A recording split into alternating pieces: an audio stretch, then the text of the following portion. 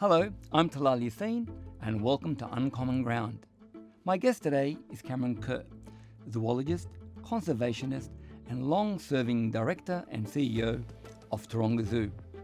Cameron's story isn't just about animals, it's about leadership, ethics, and our responsibility to the natural world. Under his watch, Taronga has transformed from a traditional zoo into a global force for wildlife, conservation, research, and education. He's worked to challenge outdated ideas, champion sustainability, and push for systemic change in how we treat animals and ecosystems. In this conversation, we talk about what sparked his passion, the moral dilemmas of conservation work, and what it takes to lead with purpose. I hope you enjoy our conversation. Well, Cameron Kerr, welcome to Uncommon Ground. Thank you. Thanks for coming in today. I guess you and I know each other from that little-known institution called Taronga Zoo. But today is more about Cameron Kerr, the man, the myth, the legend. And I want to start right back from the time, I guess, you came to the world and you started realizing the world exists and who you were in it. Do you remember your first, earliest memories as a child? I think my very earliest memories, we lived down at Collaroy Beach for a number of years when I was very little. And things were pretty free and easy back then, because this is in the 60s. And I used to just literally go down to the basin and play in the rock pools for hours. And it was my own little world. My mum was on the beach somewhere, probably keeping an eye on me, but I thought I was all alone. And it felt very special because I literally felt that every creature in the rock pools there was my friend because I knew them all so well. There was an octopus there. There was, sea urchins, little fish, all sorts of things, shells, little seashells that were all living in those rock pools. We all know what they're like. And that's one of my earliest, most fond memories of those early days. Well, that explains a lot, but we'll get back to that. And so Collaroy is in southern New South Wales? No, it's Northern Beaches. Collaroy, Northern Beaches? Yeah, Collaroy, right. Just next to Narrabeen. Right, okay. Yeah. Cool. And so you're one of five. Tell me the family history. Well, yes, three of us, really. It was myself, my daughter Katie, my sister Katie, and my brother Rowan. Mm-hmm. Unfortunately, Katie died of measles when I was about 6. And we didn't have vaccinations back then. So I've always been a strong advocate for vaccinations because has she had, lucky as kids do today, to have access to vaccinations, she'd probably still be around today. Yeah. Oh, right. And your brother Rowan is... He's fighting fit, bigger and stronger than me, and doing well. Yeah. Right. Yeah. Okay. And so you grew up on the Northern Beaches, and what school did you go to? Yeah, we've been to a whole lot of different spots, really. But started in primary school at Pittwater House, which is just up the road at Long Reef, and then we moved to Mossman for a while. We spent quite a bit of time. My parents ended up with a property between Lithgow and Bathurst. And I think that was the time, in fact, when I really realised that I was going to spend most of my life working with animals.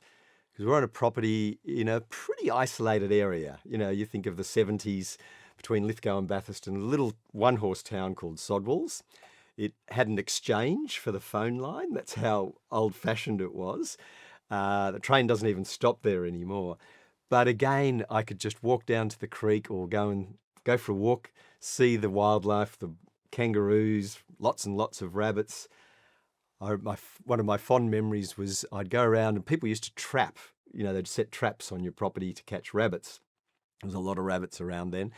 And I'd go and get the rabbits out of the traps, bring them home, wrap up their leg, put them in a big cardboard box with lots of grass from around the septic tank, because that's where the grass grows longest and greenest, and get these little rabbits strong and healthy again, and then let them go, which was not helping the environment in Australia at the time, obviously, because rabbits have been a real pest. But I think that and our pet donkey were the two things that made me decide I'm going to work with animals a lot in my life. I don't know how, when, where. And how old were you about that time? Late primary school, I guess. Year 5, year 6. Yeah. With all these things get determined, you just answered my next question. Like, when did you become interested in geography, conservation, animals. So it was really early on. Yeah. The distinct memory for me was we had the vet out working on our pet donkey's feet. Okay. And Dad had bought a donkey for my mum for Mother's Day or a birthday. I can't remember which one. And it was a foggy morning. I remember looking out the bedroom window with my little brother and saying, "What's that? It's not a horse in the backyard," because there was the fog, and it was running through. It was this funny thing with long ears. He'd kept it a secret. He'd bought it back from a farm in Kellyville and put it in the back of his station wagon, lifted the seat up, had it standing up, so it was quite young with its ears flat out in the roof. He said he was driving home and he stopped for petrol, and the petrol attendant, because they had petrol attendants back then, said, "Is that a horse you've got in the back of your station wagon?" And he said, "Oh, you're seeing things. It's a donkey." I'll never forget him telling that story afterwards. But this pet donkey, it wasn't even weaned. We didn't even realise, but it hadn't been weaned. It was from the Simpson Desert, and now all of a sudden it's living in, we get snow there between Lithgow and Bathurst. So we had the vet out pretty quickly, realising it wasn't thriving, and we had to give it milk every day and, trim its hooves because the grass was very soft. And that was the time that I realised that I really liked, and decided I was going to be a vet or work with animals. I didn't know what. Yeah. That's fascinating. And so take me through the Cameron Kerr sort of chronology. So you decided you clearly loved animals in Collaroy, and so in northern Sydney. So I'm from Western Sydney, so I'm learning them now. Yeah. Actually visiting them for the first time. And so take me through the chronology. So you went to school, and then you obviously went to university. Yeah, I would like to have done vet science, but I didn't get the marks to get in. But if you did agricultural science and majored in animal health, you could transfer at the end of second year if you got a high enough average. So I thought, that's what I'll do. And I got through second year ag science. It was called Wool and Pastoral Science at New South Wales Uni at the time. And I got through second year, and I actually got a high enough average to change to vet. But I was having so much fun. You can imagine studying with a whole lot of boys from the bush in the city. We were a very close-knit group. We're having a lot of fun. And I decided to see out the degree and then decide whether I'd do vet or not. And I ended up finishing my degree with in agricultural science with a major, it's called Wool and Pastoral Science, applied science. It was the actual degree at UNSW at the time. With a major in animal health in reproductive physiology. So I did all this counting ovaries in sheep, and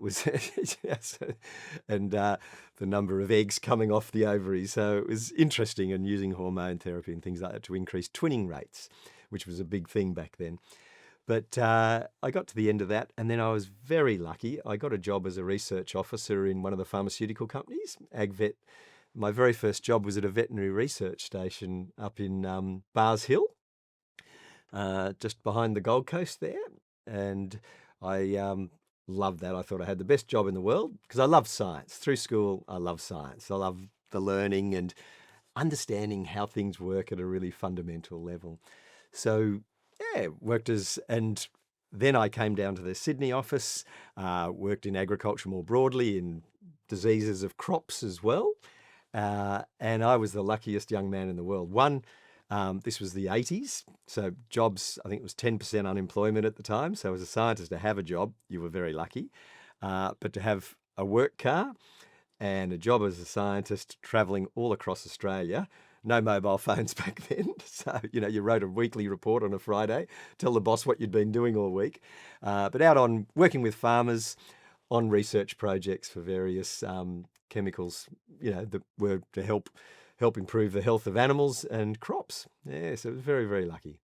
Indeed. And so how was it moving from Lithgow, which probably at that time, to studying in the city, basically? University of Sodwalls is as central as they get. Yeah. Was that an experience? Well, I was back in Mossman by then. Right. So, and I actually lived quite close to the zoo. Right. So a street called Rickard Avenue, which is quite close to the zoo. Never would have I imagined in a million years that one day I would be back working there, driving that route every day.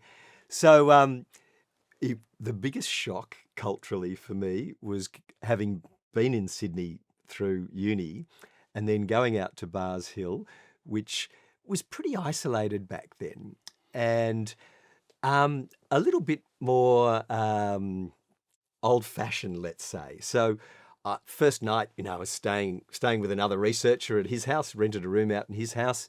He did all the work on fleas, flea products. So the house was full of fleas because he'd bring the cats home because he loved the cats. So you'd sit there having your mangoes and ice cream after work, because there was mango trees everywhere, and your legs would be black with fleas. But we didn't care. You didn't care. And we were working for a company called Bayer, who made Baygon. So we had free Baygon. So you just spray your legs.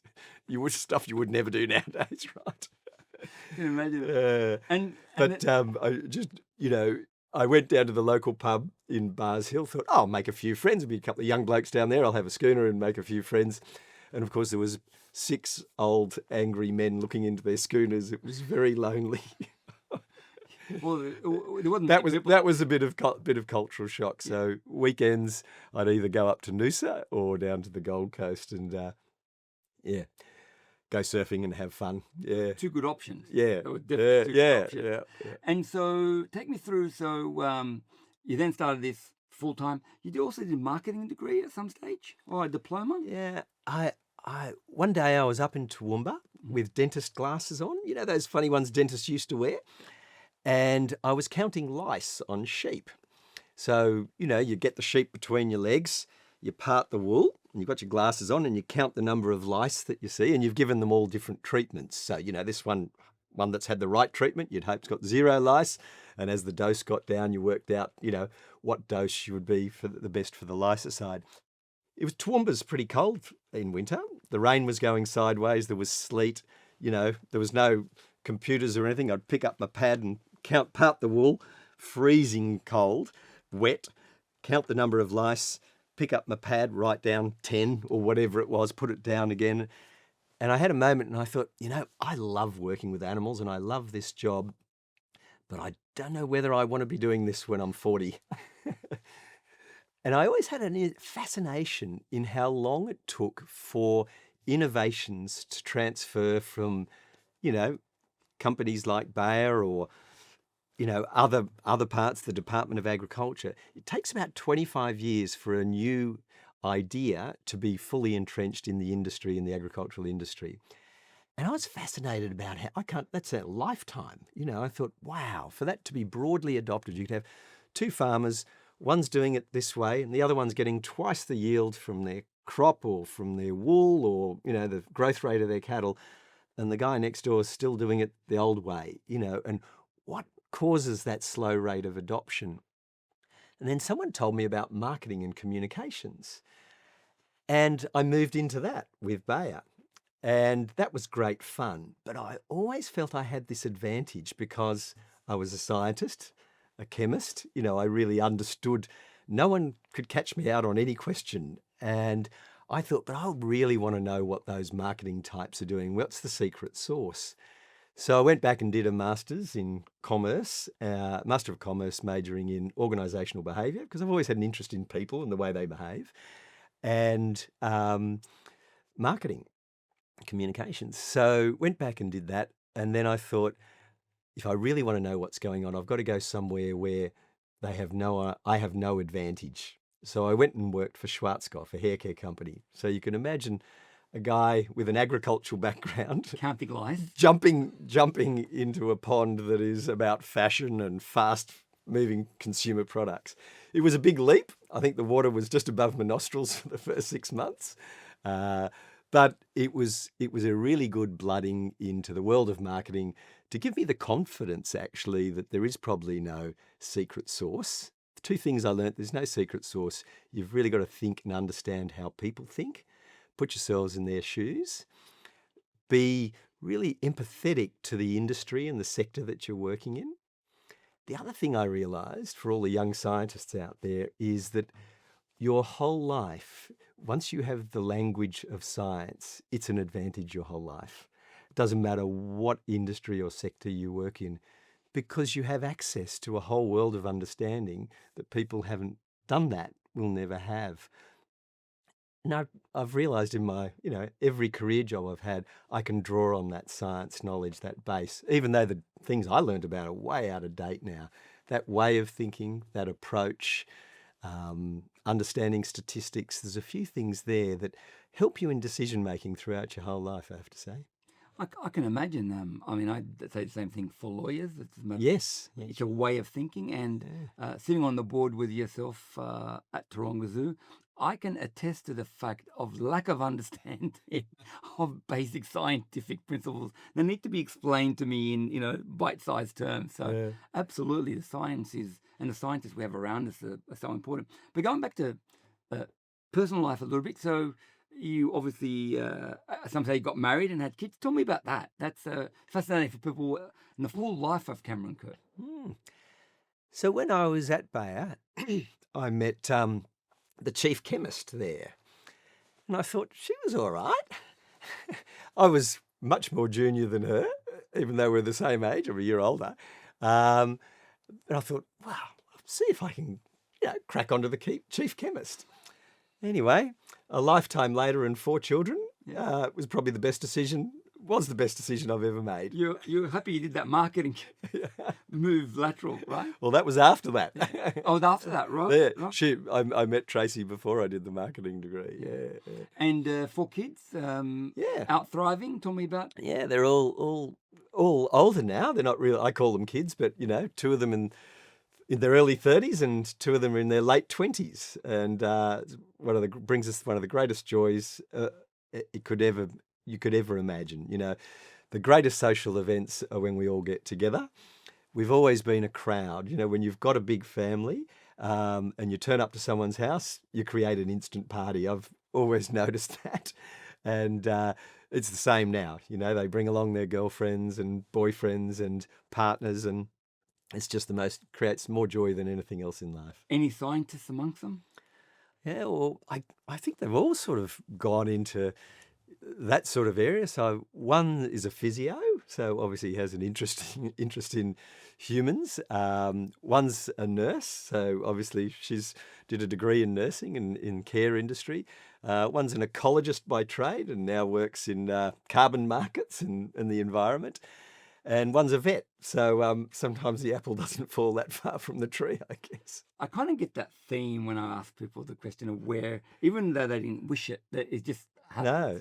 Because from your parents, they clearly loved animals, and sort of it's gone on. So and Tracy's a chemist by trade as well, so there you go. So science runs in the family. It does, yeah. And so tell me about from that time where you worked at Bayer to how you got to Taronga Zoo. What was that period like? That was a really good period for me because it exposed me to the world. So I worked in fast-moving consumer goods for a number of different companies in areas that I had no prior advantage and knowledge. And then I went back into human healthcare for a different pharmaceutical company in consumer goods. So vitamins, healthcare products more broadly, everything from betadine to Synovus vitamins. That, I really enjoyed my time there. It was an Australian pharmaceutical company that wanted to be a global player, Faulding Healthcare, based in Adelaide, over 100 years old, very, very successful in the distribution and creating a lot of value in pharmaceuticals. I think probably had that Australian, lack of self-confidence competing against the giant global pharmaceutical companies. So everything they did blue chip. They wanted to do it as well or better than the Europeans or the Americans because they wanted to compete on the global stage. And that really exposed me to world's best practice. And having that attitude, no, if we're going to do it, we're going to do it better than anyone else in the world, and we're going to invest in it properly. And that really stuck with me. And then my friend, how did I get to the zoo? My best friend was down in Sydney and he saw an ad in the paper. They were down doing Christmas shopping and he said, "Hey, Cam, I think I've just found the perfect job for you. You can use your business skills and your science background and your work with animals." And it was at Taronga Zoo. Yeah, and that's how I put my hand up for the job. Wow. What was the role? What was the... That was the first role I had at Taronga, was as General Manager, Marketing and Communications. And I was in Perth at the time with a pharmaceutical company. We're doing a product launch, and I was staying in a hotel, and I got a phone call. And they said, "Oh, we want to bring you in for a third interview." I think anyone knows if you're going for the third interview, you're on a very short list. And it's funny, I had one of the most sleepless nights I've ever had then. And I watched a movie about a gorilla in captivity. And it brought back memories as a child of going to Taronga Zoo and seeing the conditions that the animals were in. And it wasn't a good memory. I had horrible memories of Taronga as a child because I could see that those animals were not in good shape, or it was depressing, to be honest. And I thought, gee, if I'm going to make this move, because moving from a very senior role now, National Marketing Director of a large pharmaceutical company, it's a big decision to make when you've got 4 kids and a mortgage up to your eyeballs. This better be something that I can really make a difference in. So I went back and I had an interview, the third interview, and I think I was on a short list of one, I'll never know. But I used it as an opportunity to really interview the CEO at the time. He'd only been there 2 years, to see whether he was up for significant change, and he was. He was as keen or even keener to make changes at the zoo. I thought, oh, well, I think I can work with this guy. Turned out we became best friends. We're still really good friends. And he was a great inspiration and leader, Guy Cooper. Really, have fond memories of our years and formative years for me.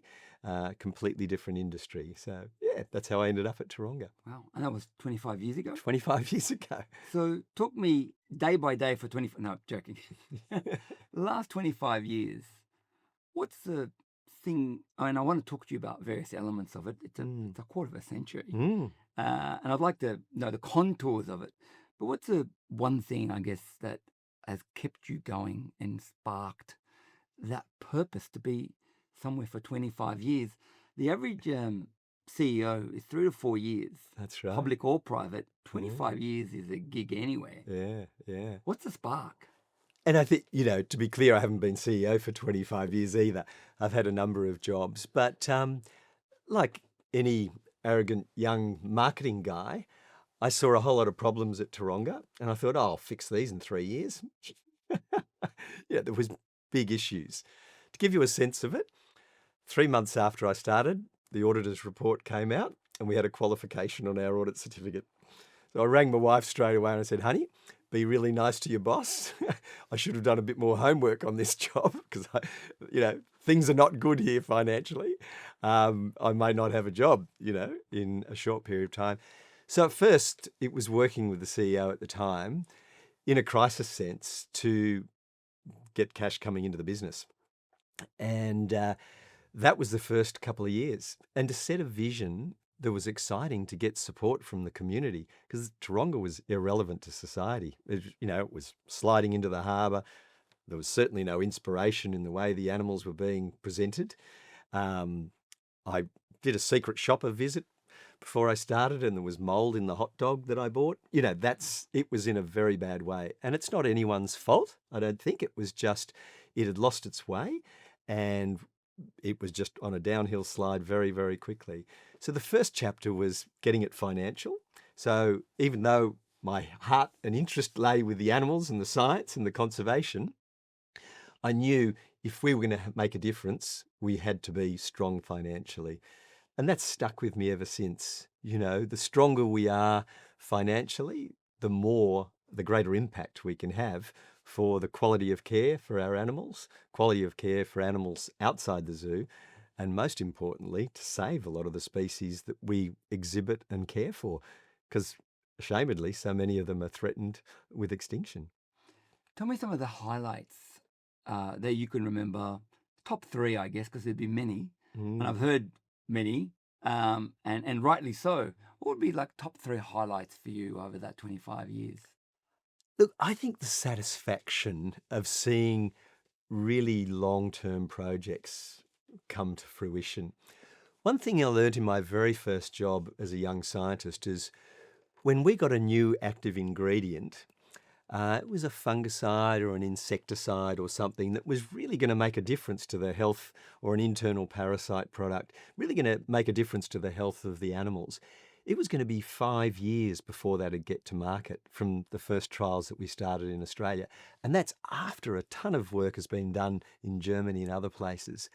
Now, to a 24-year-old, 5 years is a lifetime. That's longer than a degree. That feels like forever. So there's that real sense of, gee, I'll never get to see this thing go to market, to actually be used. So it did give me a sense of persistence and seeing things through. And at Taronga, I think the greatest satisfaction has come from seeing projects that I was really excited and really passionate about coming to life. And that's a long gestation period, because we're dealing with wicked problems, and they're very, very hard to achieve. So I think the real highlights for me are when we do release to the wild, breed for release programs. Just over a decade ago, the conservation and science community didn't see a lot of relevance in Taronga. Now, I think it'd be safe to say that Taronga and the work that we do is more important to saving species that are on the brink of extinction than at any time in history, because we have this very special, unique core skill, and that is working with animals in close quarters.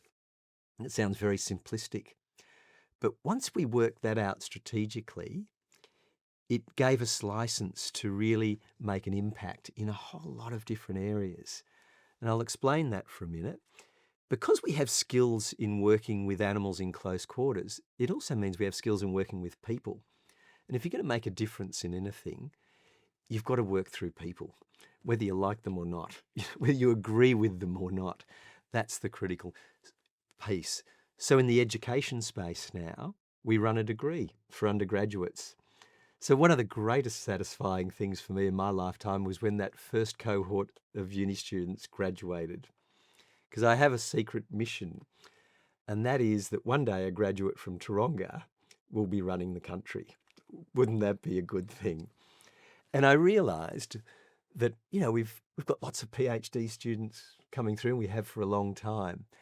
But not many PhDs end up as prime ministers or presidents, interestingly, for good or for bad. But most of them have a degree, an undergraduate degree. So I thought, okay, well, let's get a degree going. And you never know, might not be in my lifetime, but one day we might have someone leading the country that has the values of Taronga and has a genuine, deep understanding of how critical our long-term quality of life will be to looking after biodiversity. So that's one of the highlights. The other highlight would have to have been opening the Institute of Science and Learning, which is, been an incredible, I think, opportunity for the world to understand the work of Taronga so much better. Because all our scientists, like our animals, are on display. We have hundreds of thousands of school students that have gone through the Institute and been inspired about science and wildlife and animals. We have wonderful classrooms there where they can get really close to the animals, but in a respectful way.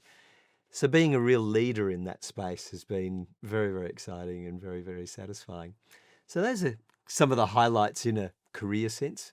Of course, the most special moments are the moments in close quarters, on your own, either in the wild or in the zoo, with an animal that is just one of the most beautiful things in the world. Our Australian sea lions, our platypus, our echidnas, these cryptic animals that are really weird and very, very special.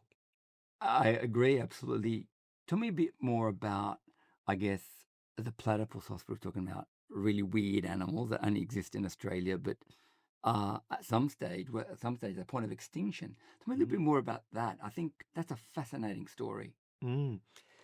So just over a year ago, we opened up a new facility called Platypus HQ at Taronga Western Plains Zoo, which really is an engine room for saving wildlife up there. We've got a big sanctuary. We've got a specialist teaching hospital that specialises in wildlife veterinary care.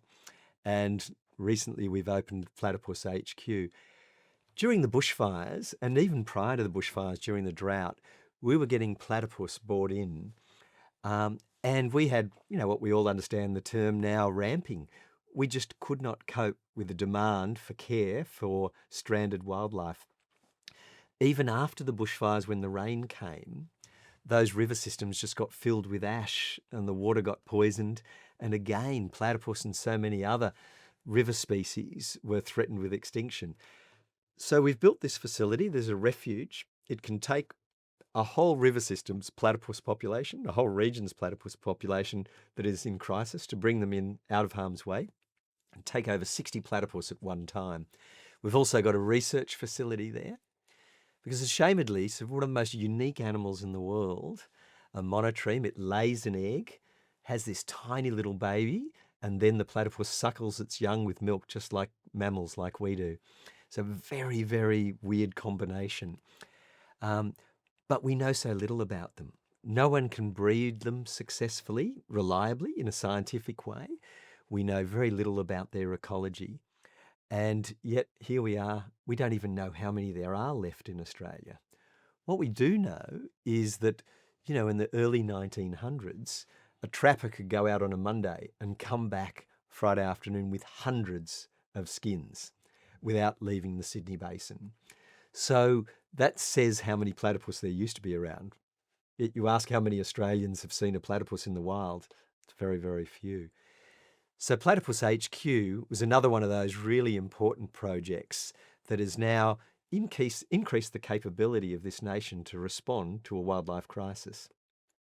And I believe through the dedication of the staff up there, the research facility that we have in Sydney, and of course all our partners, national parks, universities, other research centres. We don't like to do anything on our own. We think we'd get much better results working with others. We really are in a very strong position to bring back species on the brink of extinction. That's actually amazing. You have a hospital in waiting ready for platypuses. Yeah. Should things go the other way, more ramping, so to speak. Exactly. And, in the meantime, we can put certain fish species that are endangered in there too. So we're looking at using those facilities, but it's always on standby. It's ready for it. And in the meantime, we can use those facilities for research and things like that. But that's the sort of risk management that we've applied to all our businesses for years. Mitigations. If there's a crisis, what's your business continuity plan? What's our business continuity plan for our wildlife in crisis, for our biodiversity crisis? And that's the mission that Taronga's on right now. Well, that's extraordinary, and leads me to my next question. I guess people think a zoo, Taronga Zoo, it's actually Taronga Conservation Society. That's right. I've always called it Taronga Zoo, like most people, is somewhere to come and see animals, but it's a lot more than that. What would you wish people would know about its conservation, I guess, crusade, so to speak? Look, it's interesting. I think research would indicate that if you ask them about Taronga, what does Taronga do? It's a lovely zoo, and I know they do some conservation work. So I think the community in Sydney certainly has a sense of that, because the stories do get out there. But a modern contemporary zoo, and importantly, Taronga's role as a leader is not for us just to be leading the charge, but to have others leading the charge with us. It's to be a true leader is one who, has an influence and lifts the quality across the industry, across the sector, whatever it is, whether it's in education, science, conservation, doesn't matter. I think the exciting thing is that Taronga and other leading zoos really are, when you come to the zoo, you see the tip of the iceberg. It really, you're looking at about 20 to 30% of what the zoo does, in fact. So I think the interesting thing for all of us is to understand that at Taronga, we not only care for animals to inspire people to, build a personal connection with wildlife the way they do with their dog or with their cat. Because if you don't really care or love something, the chances are that you'll put yourself out to protect it are very low. So we've got a real responsibility in that space. But once they understand that or have that connection, then hopefully they'll dig a little bit deeper and find out that we have behavioural scientists on staff that are studying the behaviour of those animals all the time.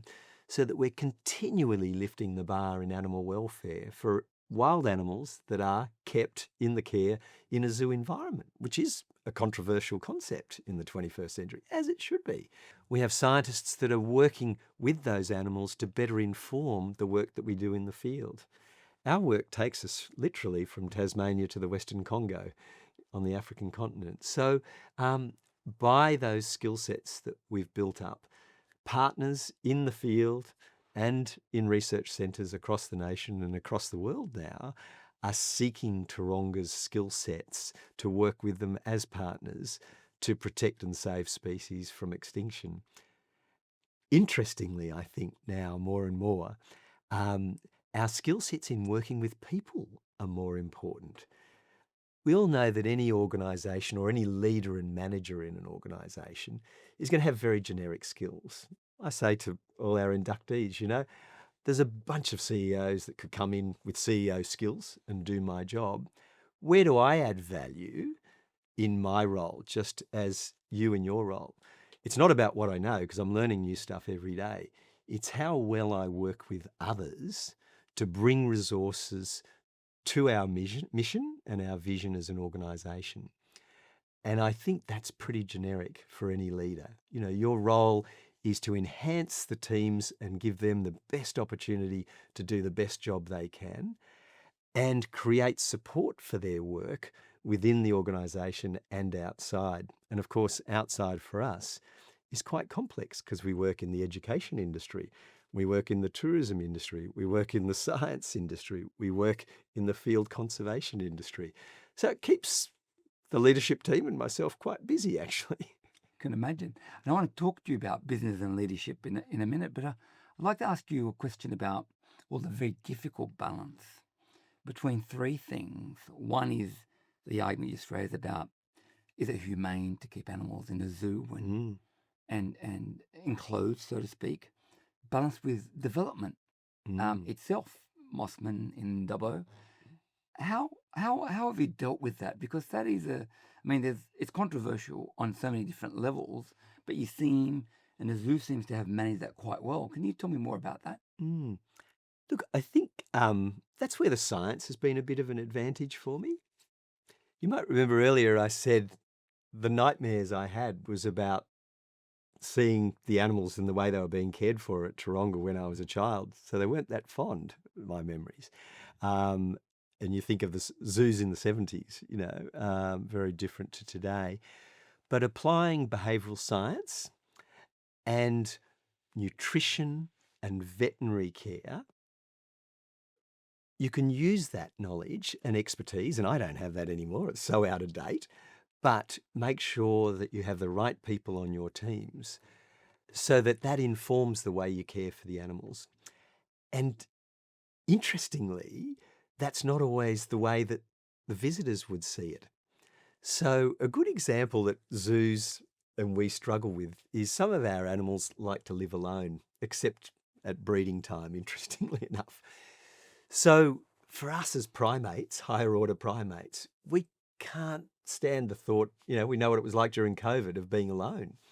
So you see an animal alone and you think, oh, that poor animal's lonely. But in fact, that animal in its natural, way of living spends most of its life alone. And I think our challenge is to communicate that sort of thing to our guests. This animal is actually really happy.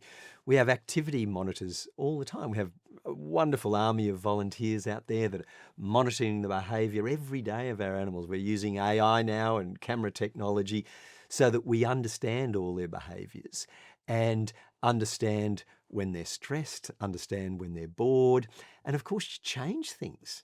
What's their fitness levels like? In the old days, you just kept them full and happy. Now our nutritionist, she's tough. She's, no more strawberries for that one, just like at home, you're getting monitored. So their physical fitness, their mental health is all part of a life well lived. And that's where we use the science. And we've got a job to do to communicate that, because it's only half the job if you're doing it with the animals. The other half is educating the community.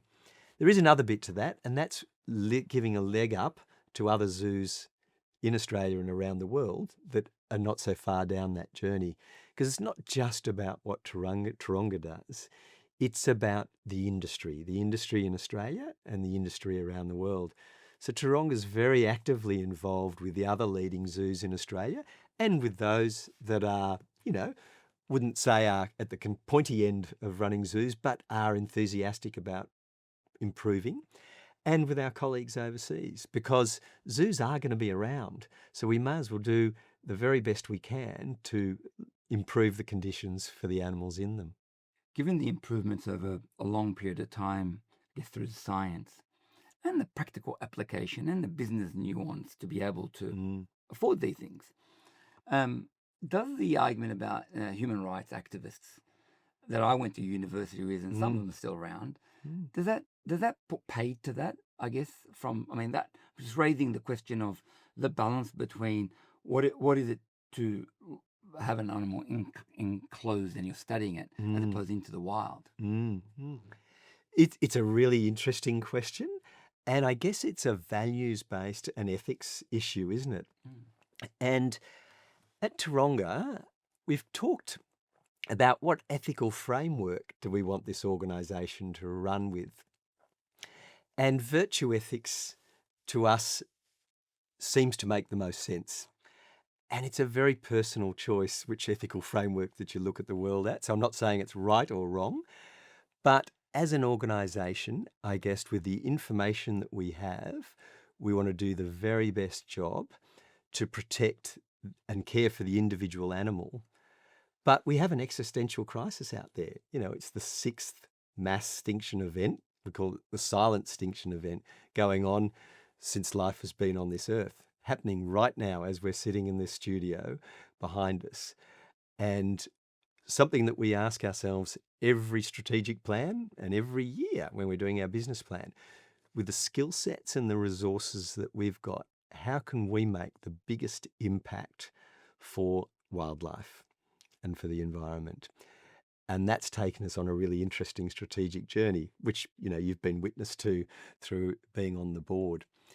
So I think to answer that question, the rights of animals, for us, it's the right to a well-lived, healthy life and a full life. And that's mental and, psychologically and physically.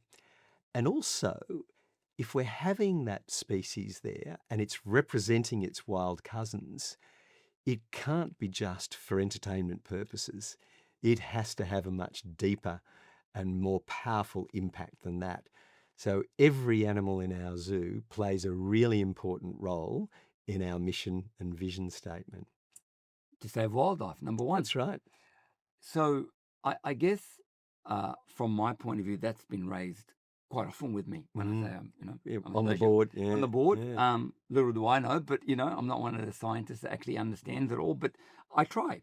And so, but the zoo itself also has a massive conservation practice and program that I wasn't aware of at all.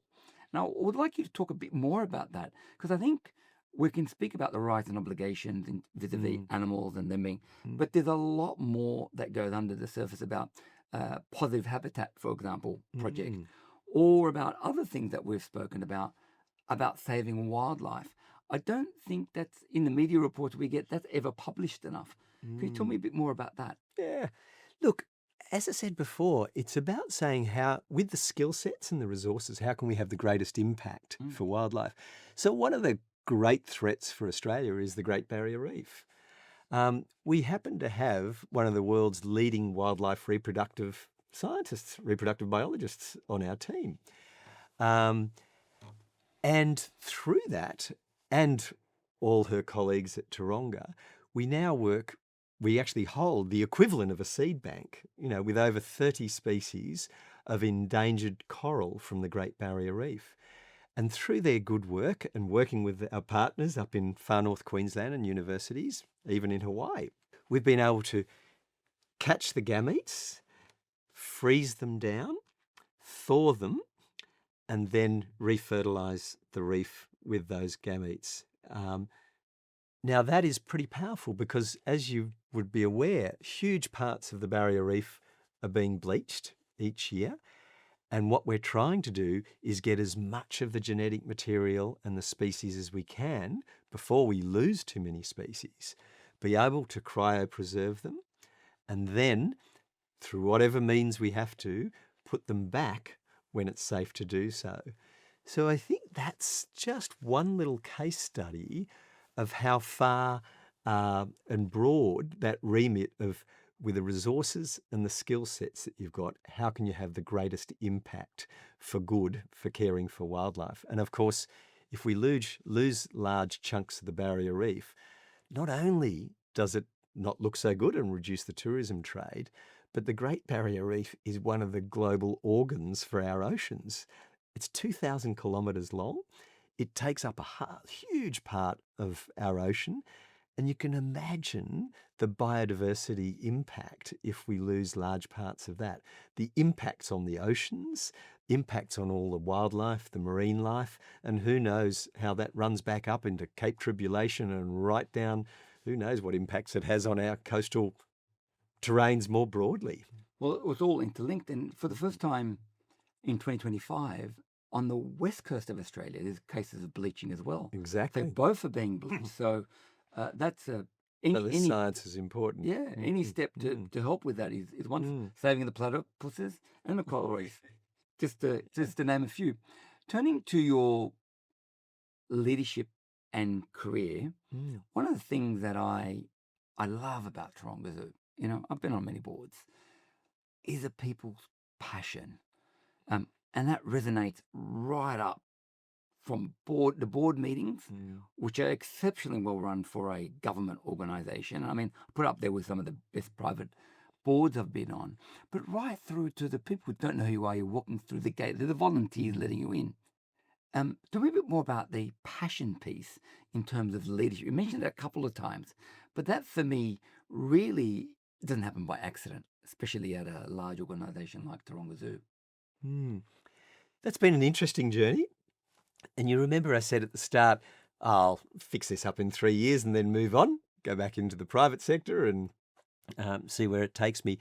I think one of the most exciting parts about my career journey has been the leadership piece and working with people. When an organisation's starved of resources, it's tough for the culture of the organisation.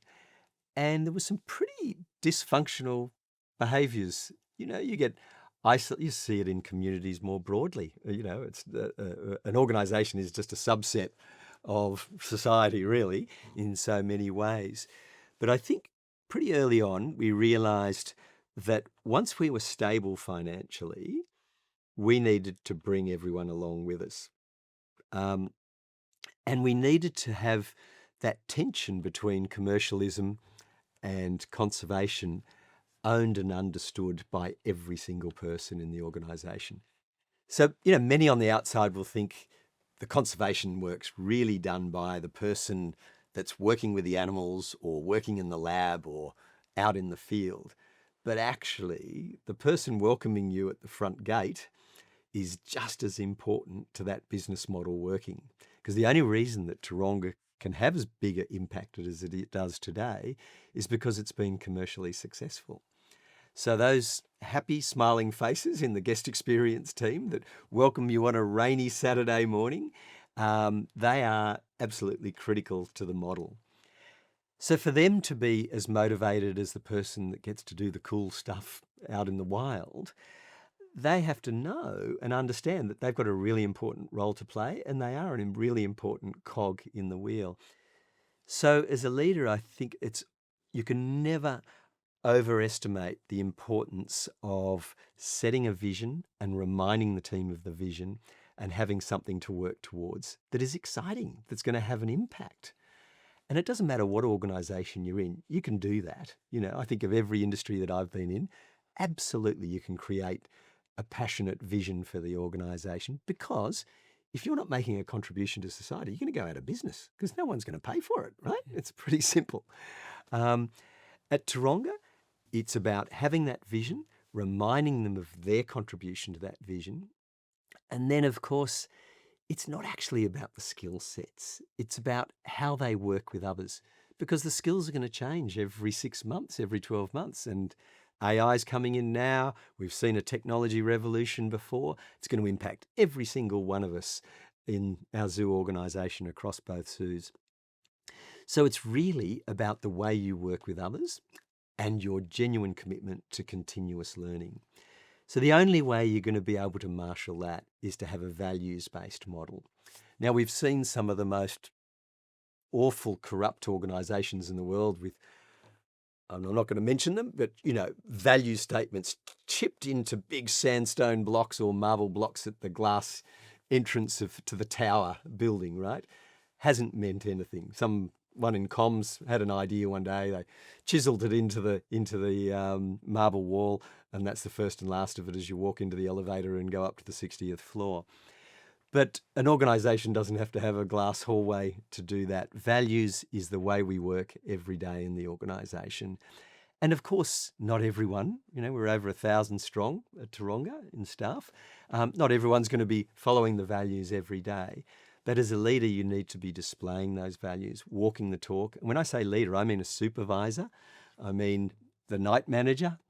I mean myself. Everyone in the organisation needs to be walking the talk and showing a role model for a great way of working, because it makes you happy. If you have your values aligned to the goals of the organisation and your personal values, actually you just feel better about yourself, and therefore that rubs off on others. And I think that's probably the secret sauce to having excellent customer service. I think talking about the famous two C's, commercialism and conservation, and they going together. I want to talk about customer service in a sec, because I think that is truly outstanding at Taronga Zoo. Thank you. Better than any organisation I've ever been involved in, but we'll get to that, including my own, but we'll get to that. I want to talk about commercialism a little bit, because one of the things that I think I've learned is that Taronga Zoo is so good commercially.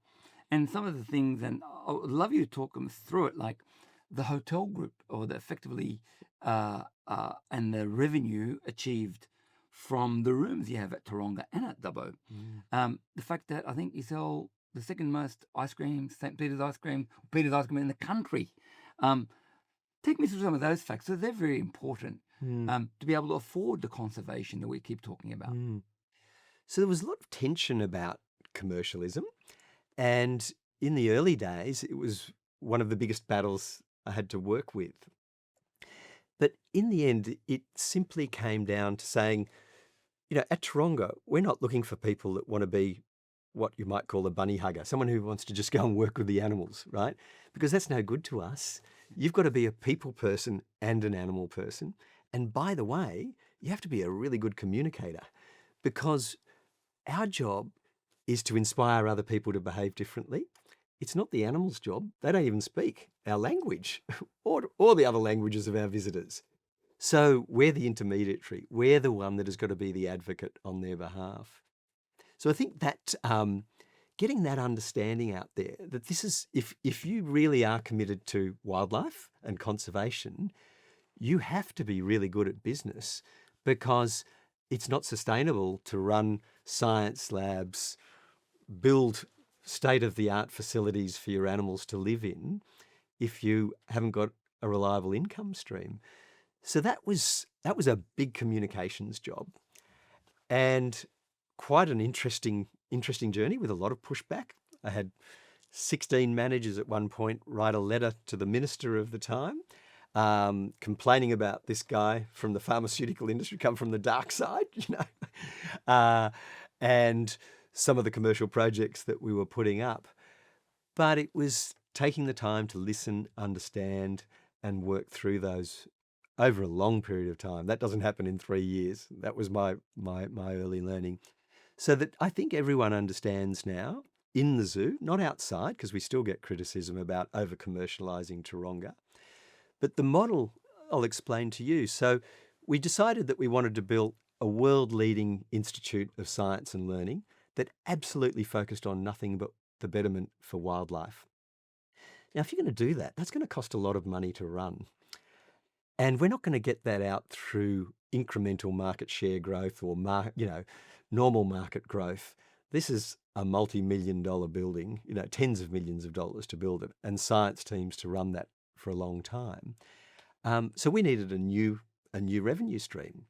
And that's where the creative piece comes in. Okay, if we're going to build something significant like this, that's going to make a game changer difference to our contribution to wildlife conservation, then what are we going to do that's equivalent, that's going to generate a revenue stream that is dedicated to running that thing so that we don't go broke in 8 years' time? So the counter to that was just after we got that up and running, I said to the marketing director, I said, mate, I want you to get onto that accommodation project now. I know we've got something special here. We've got to get that started because that needs to be finished pretty soon after we open this building, because we're going to need a new income stream to run it. And that was the germ that started, and it went through lots of iterations to get it right. But that's what led to Wildlife Retreat, which is a 62-room retreat with some of the most beautiful city views in the world. You sit there, there's a koala in the tree in front of your window, and the bridge and the opera house and the harbour in the background. So, it's seeing what assets you've got and then sweating the asset, to use a crude term, but for a bigger picture good. Well, that's wonderful, and I think the zoo does it so well. Serengeti Dubbo being built, which is a bigger version even of that. And that's right. And that's a amazing testament to what the two seas can help each other. That's right. It's not one or the other. It's a balancing act between the two. Exactly. So I guess 25 years on is a quarter of a century, and you must have some really good war stories. One, my favorite animal is a lion, so I always talk about lions whenever every opportunity I get. But that's just me. But what are some of the good war stories that you have that you could tell us about? Look, I think the blooding for me and Taronga, from our naivety, was when we were looking to bring elephants to Australia. And it's around that question of, can we look after elephants in the way that they need to be looked after? And I genuinely believed that we could, and I know that we can. But rightly so, lots of people were questioning that at the time. At the time that we were bringing elephants to Australia, Thailand was going through an industrial revolution of its own. Tractors were coming in, mechanical harvesting was coming in. So, like our draft horses here over 150 years ago were the backbone of agriculture and industry more broadly, elephants were the same in Thailand. So there was a lot of elephants that actually didn't have work anymore. And families quite simply couldn't afford to look after them because they weren't, generating income, and they're not cheap to look after. Elephants, they've got, they get through a lot of food and they need a bit of space. So when we were in Thailand, and we'd worked with the Thai government over there very closely, we identified a number of elephants that we thought were the right age, the right sex, and importantly had the right temperament. So had been brought up in the right sort of family environment, literally family environment, so that we could work with them in close quarters in Australia to create a breeding program and create those links that I talked about earlier in the wild, in Thailand and other places. Understanding at that time, there was about 4,000 wild elephants left in Thailand. That's it. Now, this is an animal that has a gestation period of 22 months. So that isn't many. And their habitat was obviously shrinking, as habitat is shrinking everywhere around the world as development occurs, including Australia. So I knew that we could make a real difference in Thailand and advance the understanding and care in a contemporary way for elephants in a zoo situation. But there was a lot of resistance to that. There was challenges to the decision to bring them to Australia. There was a huge amount of funding that came from the US to stop them coming to Australia. And that was an incredible journey for myself at the time and for the organisation. Those elephants we'd had them in a quarantine station that we'd built in Thailand, in northern Thailand. They were literally on the trucks ready to fly to Cocos Keeling Island for quarantine for 3 months. And the groups that were very concerned and against us bringing them to Australia, had paid all the people that had been working for us and all the people in the community to sit on the roads and stop us driving the elephants to the airport, where we had two Aleutians, these special aeroplanes that have very big cavities in them to carry 8 elephants, waiting at Bangkok airport for them. And they blocked the roads and we couldn't get them out. And it got to 10 o'clock in the morning. It was getting too warm to truck them now. So we had to ring the airport and tell the aeroplanes to cancel the ride. They're not going to Australia today. That whole journey, working with the government, the police, and local communities to improve the understanding, help with the commitment, help them understand our genuine commitment to caring for these animals.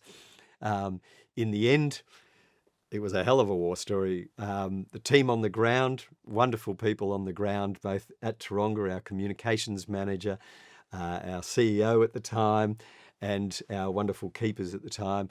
We worked with local community to set up decoy trucks to go to Bangkok airport while the elephants got trucked to an army base, and we sent them to Australia from there. So that was a hell of a CIA operation. It really was an Indiana Jones type story. I was lucky enough to be on Cocos Keeling Island when the first planes came in with the elephants.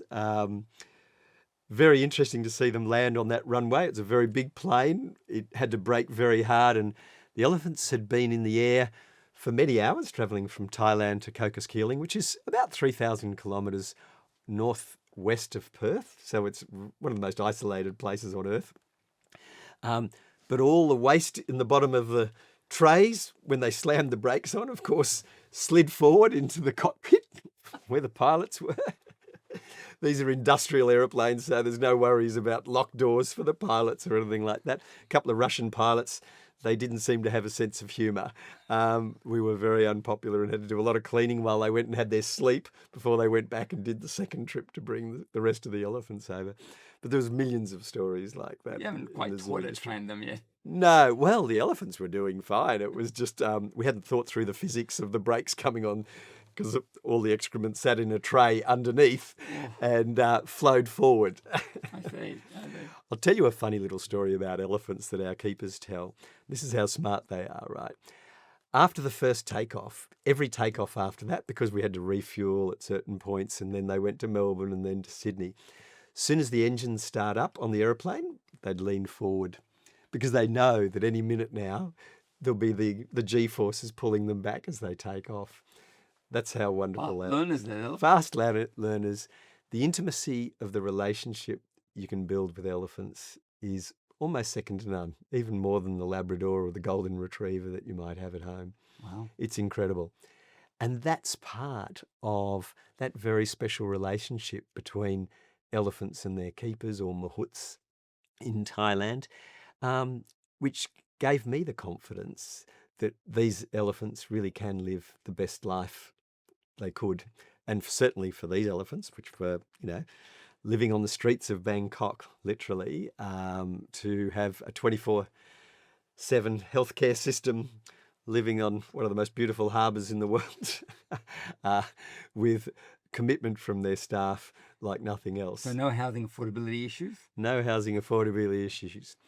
And an interesting close to that story. So as a result of those 8 elephants coming to Australia, through the commitment of the CEO for Melbourne Zoo, Zoos South Australia and at Taronga, we now have a thriving, genuine herd population at Taronga Western Plains Zoo, at Melbourne's Werribee, and at Monarto Open Range Safari Park as well. And the last couple of elephants left in mid-2025. And the reason for that was we are committed, we understand elephants, and the most important thing for elephants is the social dynamics, having a good social structure and a good social group. And we had 2 elephants in Sydney, and they were like siblings. After a while, they started to get annoyed with each other. So we wanted to start a new social group, a new herd. And with the commitment, and we'd been pushing for this for a very long time, it's always been one of our strategic objectives to set up a 3rd open range site where we can create a large herd. Because elephants are going to fall out of favour with their group every now and then, or you might get an aged elephant. So you want to have different social groups around the country where elephants can move one to another so that they have a good social structure. Of course, there's always interesting, dynamics. It's like starting at a new school, literally. Sometimes you don't get along so well at first and there's a little bit of biffo, but with the skills of the keepers on the ground and the social introductions, we do that with just about every species, from tigers to chimps and everything else. I'm very confident that these things work themselves out. Well, I had the pleasure of being close up cleaning time with an elephant where they were amazing beasts. They were huge, but the keeper would say, lift your left foot, they'd lift their left foot, lift your right foot. They were just amazing. And this is just me from not knowing anything about the intelligence and the emotional intelligence of elephants. So that's been amazing even for me to get to know. Moving on to, I guess, a more difficult period of time, which was COVID for everybody, where literally the world went off a cliff. And I guess we all remember the mask we had to wear, the distancing, and the closure of just about the whole world we knew. It would have been fascinating to think about what happened behind closed doors at the zoo, because that would, you're working with people and animals. Can you tell us a bit more about that? It's funny, one of the really important responsibilities as a CEO is to create a resilient business so that you're not letting down all those wonderful people that are doing the science work, doing the field work, doing the customer service work. So we tried to build as much diversity into our business model as possible. So if daily attendances are down, we've got wonderful experiences at Dubbo, staying the night in ridiculous luxury, or camping for the parents that don't want to buy a tent, so much diversity, international markets, local markets. And then, of course, COVID comes and every business stream that we're in, from education to accommodation and everything in between, stopped overnight. And zoos are very expensive places to run. That's the one thing I never get over. It's like running a hospital. You just can't believe how quickly you chew up resources. So when all your revenue is turned off and no one is coming in, not even just, we've had some bad weather lately. The rain's going sideways for 6 weeks. You feel that. But at least there's a few visitors that come, COVID was a moment of truth for everyone across the world. For Taronga, it was fascinating because we couldn't turn the machines off. We have 4,500 wild animals, some of them the most endangered on Earth and the most beautiful and precious animals on the planet in our care. And they need, some of our animals we feed 8 times a day. There's behavioural enrichment programs that I've talked about, where you're working with them, just putting in the hours into the relationship and the psychology and training them and stimulating them mentally. All that's none of that can stop. It's a not negotiable. And yet, you've got all these other things going on. So, first of all, we had to find work for our staff because so many of our staff obviously weren't going to be able to work. Fortunately, we worked closely with New South Wales Health and the New South Wales government, and we set up what would be probably the most luxurious call centres in the world. So the 2 function levels at Taronga Zoo look out over the harbour, and it's where all the beautiful weddings are and other high-end functions. So we set them up as call centres for contact tracing and for working with people who were struggling with their energy bills. So the government set up schemes to support people who were struggling. So all those wonderful smiley people that were out in the grounds, many of them were working the phone lines, either in contact tracing. And we set up a team over at Health in St Leonard's. So a bunch of the zooies went over there and worked there for for long periods of time, on and off, over the whole COVID period. And I think really lifted the mood over there because they took a whole lot of stuffed animals over and they wore their uniforms and were noisy and a little bit larrikin compared to, I guess, the health people maybe. So that was one of the things that we did. The other one was we had many working in the call centre there. But in grounds, of course, our staff had to come in every day. They were critical workers. We could not look after all these animals. And we needed to help the animals adjust to the quietness. So we'd get staff walking around the zoo and standing in front of exhibits and having a laugh and a chat and looking out and talking to the animals. We did announcements over the speaker system as we do during the day. There was punathons and jokes and all sorts of things going over the speakers at different times. So lots of changes and activities, but operationally for both our zoos in Sydney and at Taronga Western Plains Zoo, major change. We had to lobby hard. I was chair of the Zoo and Aquarium Association at the time, which is the industry body for Oceania. And of course, there was many zoos that had animals in their care, small mum and dad operators, medium-sized zoos, big zoos, that were going broke day by day. And of course, they had all these precious animals that were all our animals are part of global and regional stud books. So every animal is precious and has a genetic role in saving species. We can't afford these operators to go broke. And what would happen to those animals? They need to stay healthy. So we put together a crisis package and went to the federal government and said, we have a potential welfare crisis on our hands across the nation. We need to keep zookeepers in the smallest and largest zoos employed and feeding and looking after all these precious wild animals.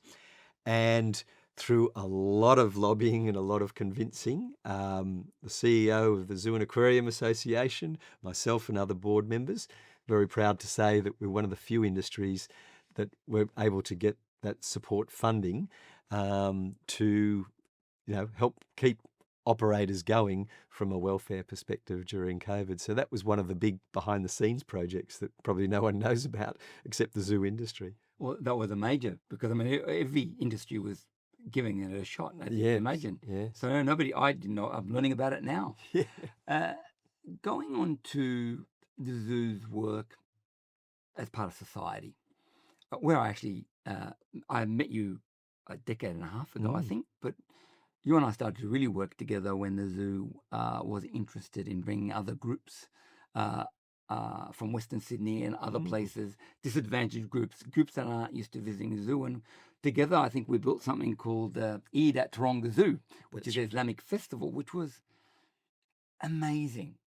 As the MD of the Salam Group, which is an investment company, to come and work with the zoo team, CEO down.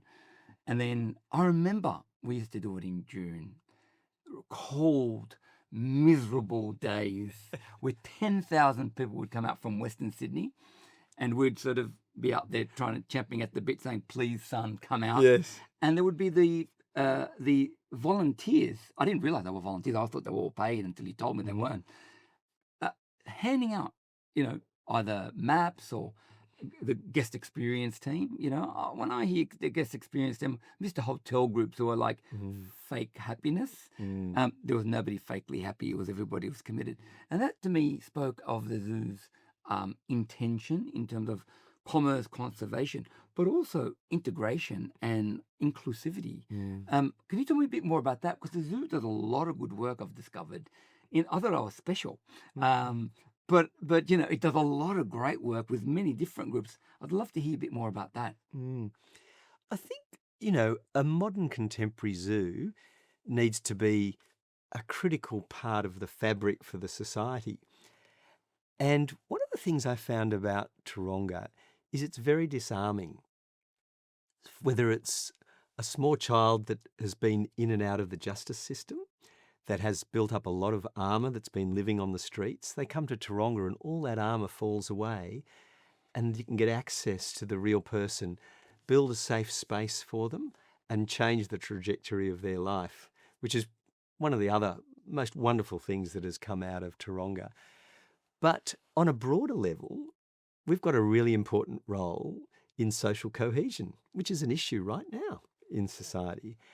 And I talked a bit about values-based organisation, but not just chiselled into the front wall, but walking the talk.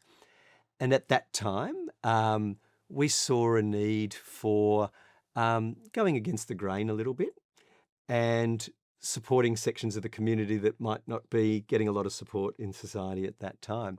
And that's what stimulated us to do an Eid festival in the heart of Mossman, which is not known for its diversity. A very special day. We did the call of the prayer from Taronga Zoo, Mossman. And that was a different time for different reasons to right now. But that sends a message, an organisation where you can't go there with a bad attitude. If you're going to the zoo, you're open-minded and you're there for fun. And it breaks down huge barriers between groups and individuals that might have very diverse opinions on any issue, whether it's, clearing rainforest, agriculture, industry, or, cultural perspectives.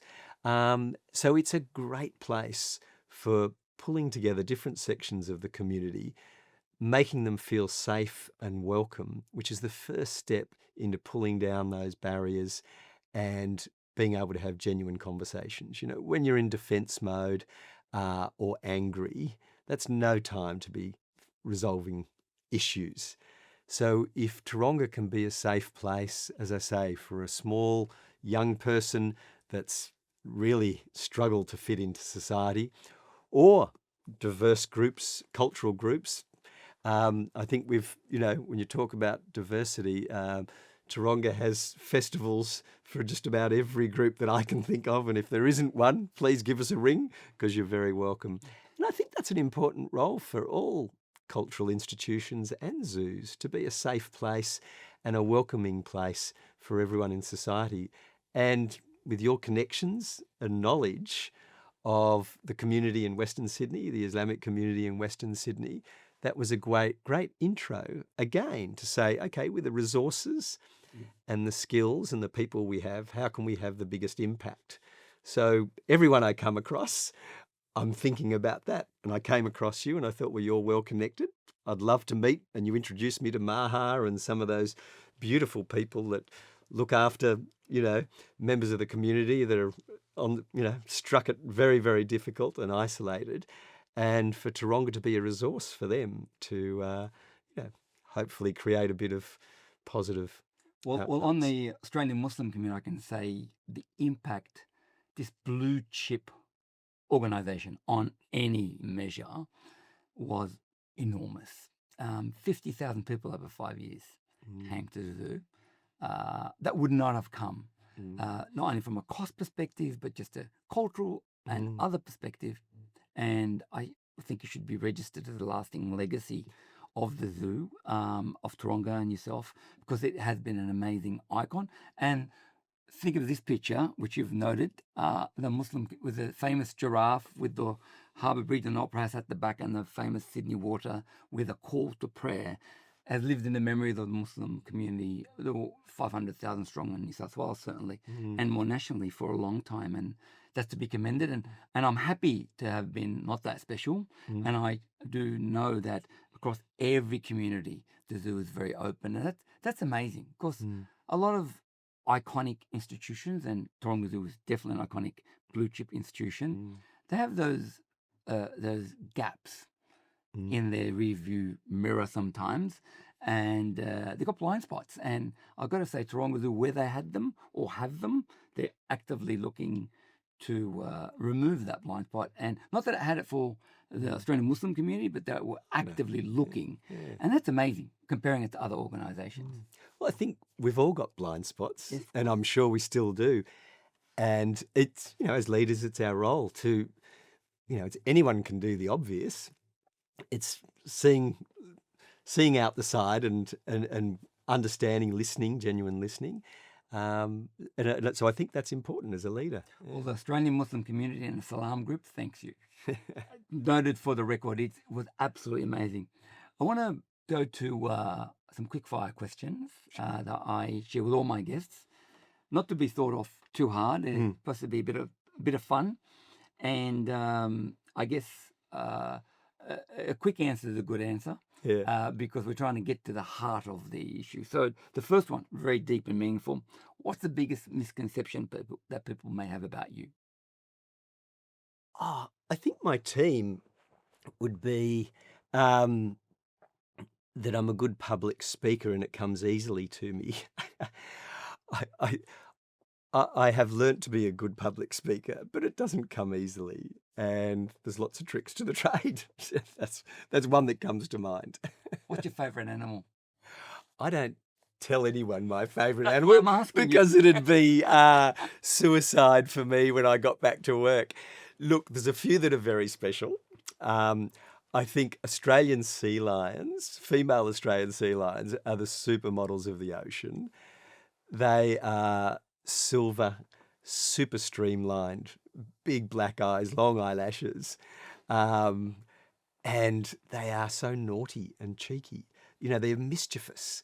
You leave them overnight and they'll find something naughty to do. So sea lions are up there. Platypus and echidnas are also up there because, as I mentioned, reproductive physiology was my thing as a student, and they are just so amazing. To think that you lay an egg and then suckle your young, that's pretty crazy. And echidnas are very, very smart. People don't realise that they're very, very intelligent animals. Okay. Well, you gave me 4, so I'm Yeah, okay with so that. there's no favourite. Yeah. And so what's Cameron Kerr's guilty pleasure? Oh, look, I think it's chocolate. It's a boring one, but I might be a bit of an addict, you know. Yeah. I think we all are on one level or another. What's one thing you can't live without, not including family? The ocean? Yeah. I'm in the ocean most days of the week. Yeah. I found that is my safe place, you know. And if I've been away on a wonderful trip overseas or in, you know, for work in the middle of Sumatra and places away from the ocean, I'm distracted, I'm having the most wonderful time. But I come home and I get into the ocean and it feels very, very special. I love surfing. I've been surfing since I was a little kid. And that salt water is in my blood. And if I'm away from it too long, the osmotic pressure gets a bit out of balance, I think. 25 years of the 2 Cs, purpose-driven life. What's next for Cameron Kerr? I've got a couple of really important projects to see through. So I've got a few more years at Taronga, that's for sure, because I'm going to see those through and, you know, make sure that they land correctly. I think the most important thing for leaders in industries like ours is you need to have an exciting vision, you need to have patience, and you need to have a ton of persistence. And those things don't come quickly. So all the projects that are really profound are ones that are slow and you've got to be patient for. So we've got a couple of big ones. One that I'm really excited about right now is called Habitat Positive. And again, going back to that, with the skill sets and the resources we've got, how can we make the biggest difference? We've just acquired a large lump of land on the northern tablelands. There's only 6% of that habitat left on the eastern range of Australia because it's high value agricultural land.